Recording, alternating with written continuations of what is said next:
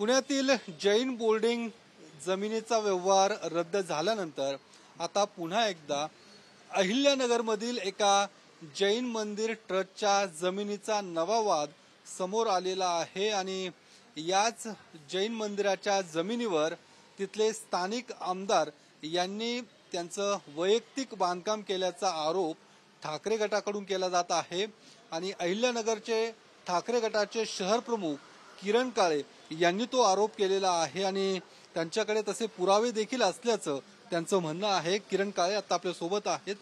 काय नेमकं तुमचा आरोप नेमका काय आहे? राज्यामध्ये देवाभाऊंच्या नेतृत्वाखाली महायुतीचं तथाकथित हिंदुत्ववादी सरकार आहे आणि देशामध्ये नरेंद्र मोदींच्या नेतृत्वाखाली आहे। पण याच सत्ताधारी पक्षाचा पाठिंबा देणारा राष्ट्रवादी काँग्रेस पक्षाच्या अजित पवारांच्या गटाचा आमदार संग्राम जगताप यांनी अहिल्यानगरमध्ये त्या ठिकाणी जैन समाजाच्या मंदिर ट्रस्टच्या जागेवरती त्या ठिकाणी स्वतःचं राजकीय कार्यालय थाटलंय। म्हणजे हा नुसता आरोप नाहीये, त्याचे पुरावे त्या ठिकाणी आहेत। ही जागा जी आहे मी आपल्याला दाखवतो ही त्यांच्या कार्यालयाची त्या ठिकाणी बिल्डिंग आहे आणि ही बिल्डिंग जी आहे ही बिल्डिंग त्या ठिकाणी आमच्या नगर शहरामध्ये असणाऱ्या त्या ठिकाणी जे काही जैन ट्रस्ट आहे श्री ऋषभ संभव जैन श्वेतांबर संघ याच्या जागेवरती अत्यंत मोक्याच्या ठिकाणी असणार हा जवळपास 5000 स्क्वेअर फीटचा भूखंड त्या ठिकाणी आहे। या जागेवरती पूर्वी असा इतिहास आहे की जैन समाजाचे आचार्य ऋषीमुनी साधू साध्वी हे त्या ठिकाणी विश्रांतीसाठी यायचे, त्यांचं प्रवचन त्या ठिकाणी व्हायचं। त्या ठिकाणी मंगूबाई वोरा नावाच्या 70 वर्षाच्या महिला 1975 साली त्यांनी एक त्या ठिकाणी मृत्यूपत्र केलं। त्या मृत्यूपत्रामध्ये त्यांनी या जैन मंदिराच्या ट्रस्टला ही जागा जी आहे ती त्या ठिकाणी देणगी स्वरूपात दान केली आणि त्यांनी स्पष्ट त्या ठिकाणी म्हटलं होतं की ह्या जागेचा उपयोग करताना ती जागा कोणासही कोणत्याही कारणासाठी देऊ नये, या जागेवरती केवळ धार्मिक कार्यासाठी त्याचा वापर करावा।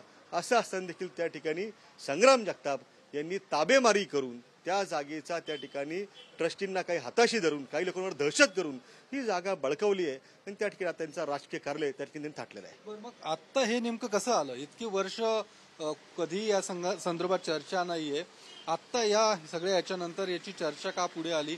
आता हा तुम्ही का मुद्दा उपस्थित केलाय? बाब अशी आहे की हा प्रकार आमच्या आता समोर आला। पूर्वी असा समज होता की आमदार आहेत स्वतःच्या जागेत कार्यालय थाटलं असेल, पण ज्याला आम्ही याचा शोध घेतला त्याला आमच्यासमोर एक पेपर नोटीस आली ही जागा विक्रीची जाहीर नोटीस वर्तमानपत्रामध्ये या ट्रस्टच्या वतीने देण्यात आली होती। ही नोटीस जी आहे ती फेब्रुवारी 2024 मधली आहे। ट्रस्ट पण यामध्ये सहभागी आहे असं तुमचं म्हणणं आहे?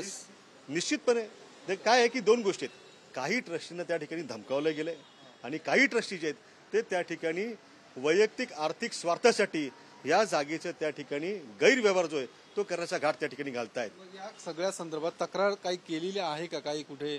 आज सकाळी मी स्वतः पुण्यामध्ये जॉईंट चॅरिटी कमिशनर जे आहेत त्यांच्या कार्यालयामध्ये लेखी तक्रार जी आहे ती या ठिकाणी दाखल केलेली आहे, त्याची ही प्रत आहे आणि त्या ठिकाणी आमची मागणी आहे जॉईंट कमिशनरांकडे की आपण हा जो काही गैरव्यवहार सुरू आहे, आपल्या सगळ्यांना कल्पना आहे की पुण्यामध्ये सुद्धा जैन बोर्डिंगची जी काही HNDची ट्रस्टची जागा आहे ती सुद्धा बळकावण्याचा असाच प्रयत्न झाला। त्या जागेमध्ये त्या ठिकाणी जनक्षोभ उफळला, लोकांनी त्या ठिकाणी रस्त्यावर उतरून निदर्शन त्या ठिकाणी केली आणि ही जागा त्या ठिकाणी वाचलेली आहे। आम्ही जॉईंट कमिशनरकडे त्या ठिकाणी मागणी केली आहे की आपण तात्काळ त्या ठिकाणी ही जी जागा आहे त्या जागेचा विक्रीचा व्यवहार त्याला स्थगिती द्यावी, त्या ठिकाणी जे ट्रस्टी आणि अध्यक्ष आहेत त्यांना नोटीस बजावावी, या सगळ्या प्रकरणाची सखोल चौकशी त्या ठिकाणी करावी आणि दोषींवरती योग्य ती कारवाई त्या ठिकाणी करावी। सरकारमध्ये देखील आज जी लोक बसलेली आहेत त्यांच्यावरती आमचा आरोप आहे।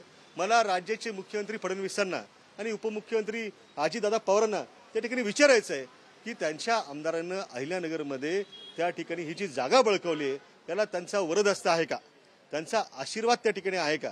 आपल्या सगळ्यांना कल्पना आहे की नितेश राणे या राज्यातले एक वाचाळवी मंत्री त्या ठिकाणी आहेत, गोपीचंद पडळकर, संग्राम महाराज भंडारे, ही सगळी मंडळी सातत्यानं आमच्या अहिल्यानगर शहरामध्ये त्या ठिकाणी येतात आणि दोन समाजामध्ये तेढ निर्माण होईल अशा प्रकारची वक्तव्य ही लोक त्या ठिकाणी करत असतात। या लोकांना आता आमचं ठाकरे शिवसेनेच्या वतीनं जाहीर निमंत्रण आहे की तुमच्याच पक्षाच्या आमदारानं त्या ठिकाणी आता हिंदूंच्याच जे जैन बांधव जे आहेत त्यांना हे लोक काही हिंदू समजत नाहीत काय? मुस्लिम समाजाला त्या ठिकाणी अल्पसंख्याकांची मुस्लिमांची भीती दाखवून महाराष्ट्रामध्ये एक वेगळं वातावरण लोक तयार करतात, पण आता अल्पसंख्याक असणाऱ्या जैन समाजाचं आर्थिक शोषण करण्याचं काम ही लोक करतायत. तर आता राणे पडळकर ही जी लोक आहेत यांनी नगरमध्ये येऊन त्या ठिकाणी मोर्चा काढून दाखवा, आमचं त्यांना जाहीर निमंत्रण या माध्यमातून. तर ठाकरे गटाकडून या सगळ्या जमीन व्यवहारासंदर्भात चौकशीची मागणी धर्मदाय आयुक्तांकडे करण्यात आलेली आहे आणि राज्य सरकारने देखील या भूखंडाच्या संदर्भात चौकशी करावी अशी मागणी आता ठाकरे गटाकडून केली जात आहे. कॅमेरामन नागनाथसह मी योगेश बोरसे, TV9 मराठी, पुणे.